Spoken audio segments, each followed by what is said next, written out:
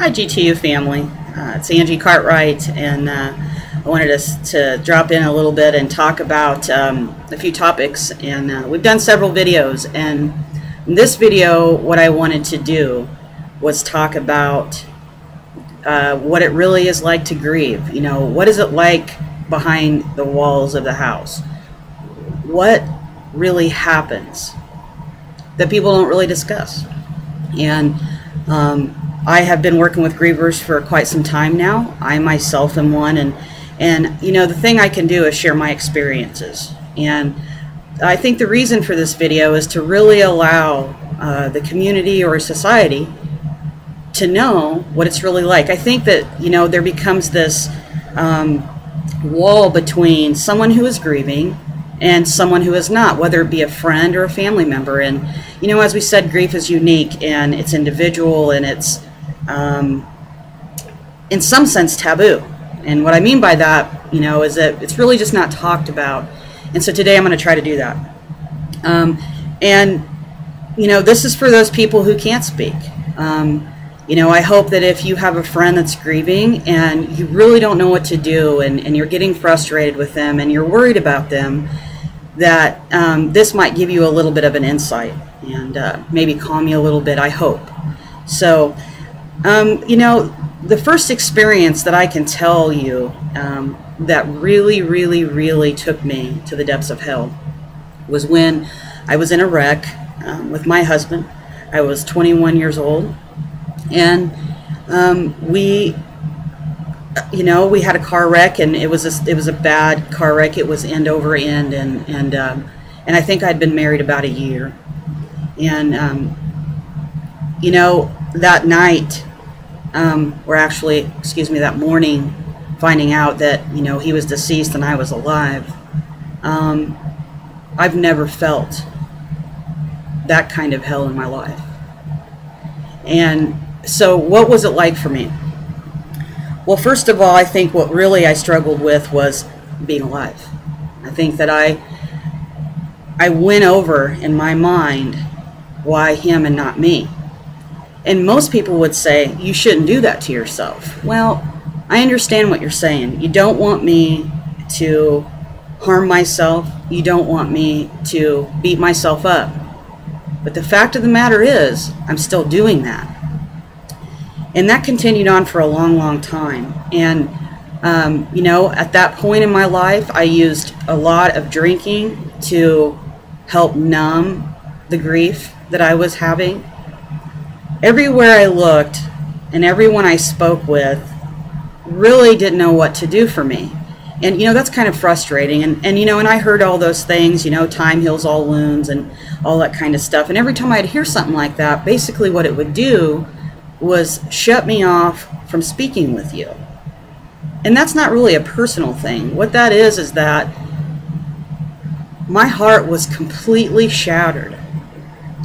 There is no possible way that I can get my loved one out of my mind, out of my heart, and out of my soul. Whether they're here, they're not, they're in heaven, they're not, I have faith or I don't, you know, all those things. God bless people who try to support someone in grief. And you know, I think this is part of this video, is to bring awareness to try to bridge that gap. And what I mean by that is, if I approached you and I wanted to talk about some things, and I might talk about them over and over and over and over again. And I think the reason is not that I, in my heart, am trying to make sense of something that you really can't make sense of. So, being in a world that doesn't know what to do with me, and I didn't know what to do with myself, these are some of the things that happened. You know, one of the things was that I really had no drive. I had no drive to live life. I see no sense in it. You know, showering was not in the picture. I either ate a lot or I didn't eat at all. Out in public, I would give you a fake smile and be dying on the inside. Every song reminded me of something about this loss of mine.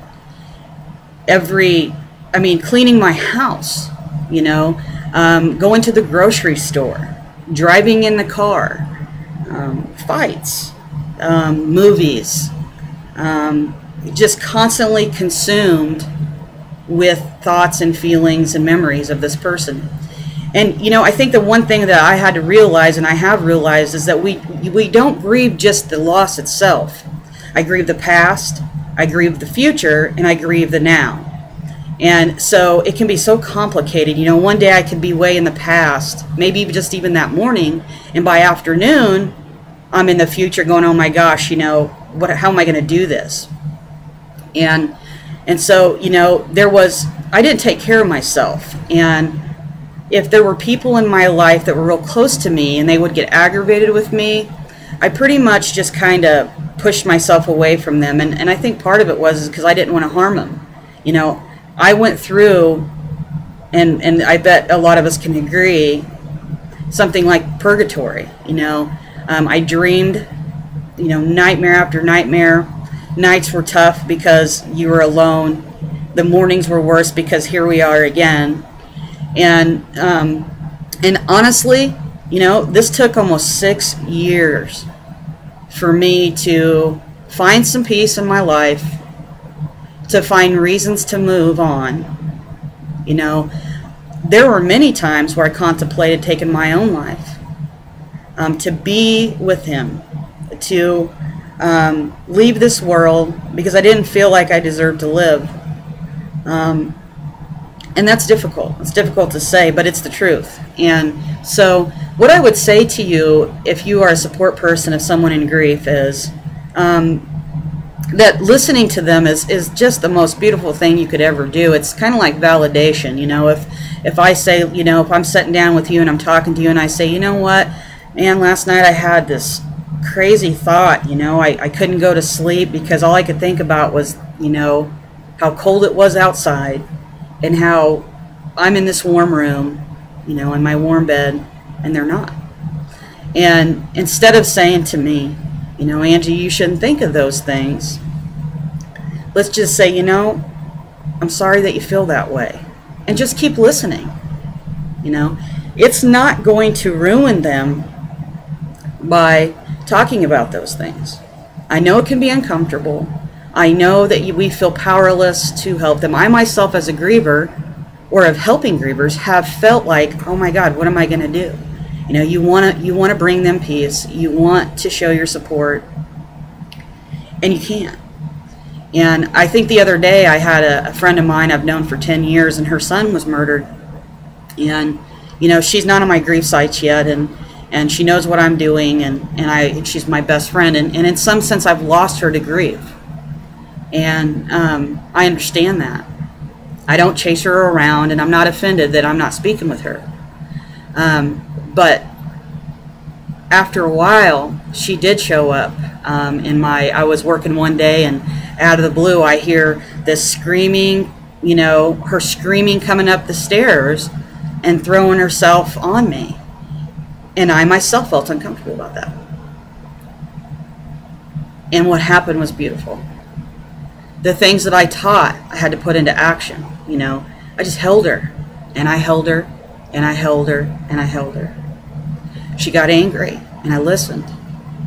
She talked about wanting to be with him, and I didn't stop her. You know, all those things helped her to process that moment. And what I want to tell you about that moment is by the time she left, we were laughing. Now, is she still grieving? Yeah. Is she still in the world of complete devastating pain? Yeah. But what happened was that I bridged a gap that I was talking about. That now when she told me, she said, I was driving around completely in that world we live in, devastating, crying, could not, you know, even breathe. And the one person that came to my mind was you. And based on our experience, my hope is she'll come back. You know, when you're grieving, you feel like you're the only one in the world. The world sounds so quiet. It doesn't make sense. But what I will tell you is this: if we let the griever speak, we let them cry, we let them have their hair a mess and their house a mess, and all those kind of things, we're allowing them to heal. And that's what I want to do. So, again, listening is I think the best gift we can do. Letting them speak about things that may be uncomfortable is probably one of the most important things also. Not stopping them when they're talking is good. Remembering that if it's been 2 years, that doesn't mean that they're going to not have their grief moments, or there's not going to be a weekend that they don't want to come out of their house. That doesn't mean they're doing something wrong. You know, grief is a sign of love for a person. There is nothing on the outside of me that can heal an inside problem.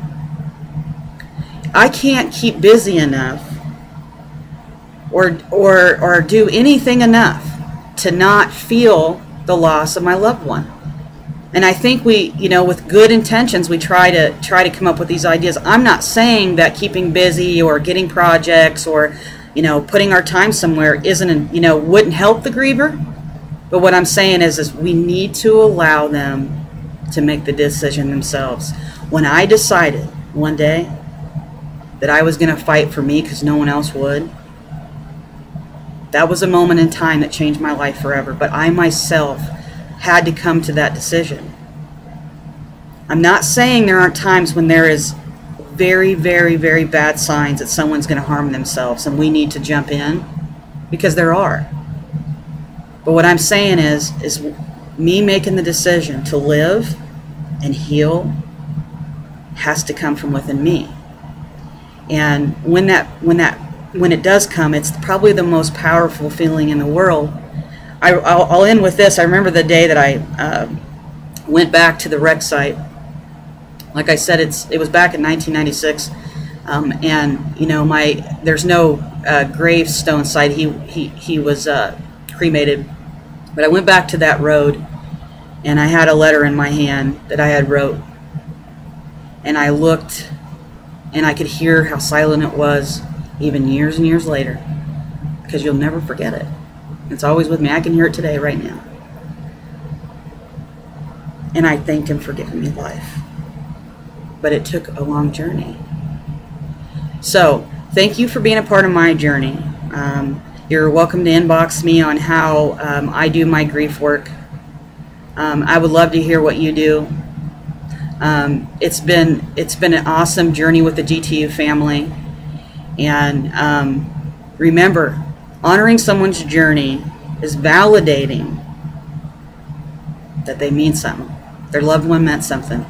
They were important. And I think that's a beautiful thing. Talk to you soon. God bless.